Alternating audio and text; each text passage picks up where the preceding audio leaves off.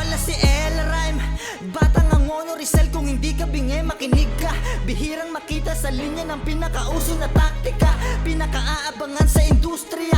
Purong Tagalog maharlika, meron dugong at nakapital. Makinig ka, halos dugo na yung ginawang pawis. Sugal pati pato kukunin yung nais sa mga nagtitiwala na pinapamuka na para talaga to sa akin. Sa daming sinaing na maiyahain ko, sabayang sumusuporta sa akin ang makakakain lang ay ang mga nakasama ko sa panahon na gutumin kami ng gutumin. Tadhana'y malabong hawakan, pinako na lamang sa hirap. Mga panalangin na baka pala rin na makasakay kami sa mga ulak. Ko ang nagulat at sumisigaw na maninindigan ako, nabubuhating na parang higante lang na iniikot sa kada taong kapistahan sa amin. Di mo maamin na meron talento na di lang to basta-basta nang gagaya. Pangalan yung pinupusta ko palagi sa kada ugali na pinapakita. Malabong pakita sa nakakakita ng kinaugalian na pangihila. Kahit na malabong hawakan ng kalangitan, sasakupin ko na lamang ang lupa. Papaulanan ko yan hanggang sa tamaan ng bala ang araw. Raratratin kayo ng bulalakaw, sige sabay lang sa uso yung layaw. Habang ako yung pinakakakaiba na managalog sa ngalan ng layaw.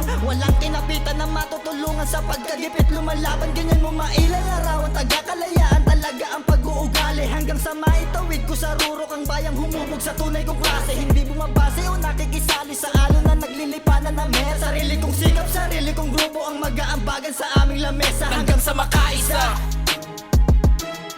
Karanasan na nagsabi na di pangkaraniwan ang taktika, mananatiling kakaiba. Hanggang ako ay makalapit sa hanay ng mga maharlika. Hanggang sa makaisa. Karanasan na nagsabi na di pangkaraniwan ang taktika, mananatiling kakaiba. Hanggang ako ay makalapit sa hanay ng mga maharlika.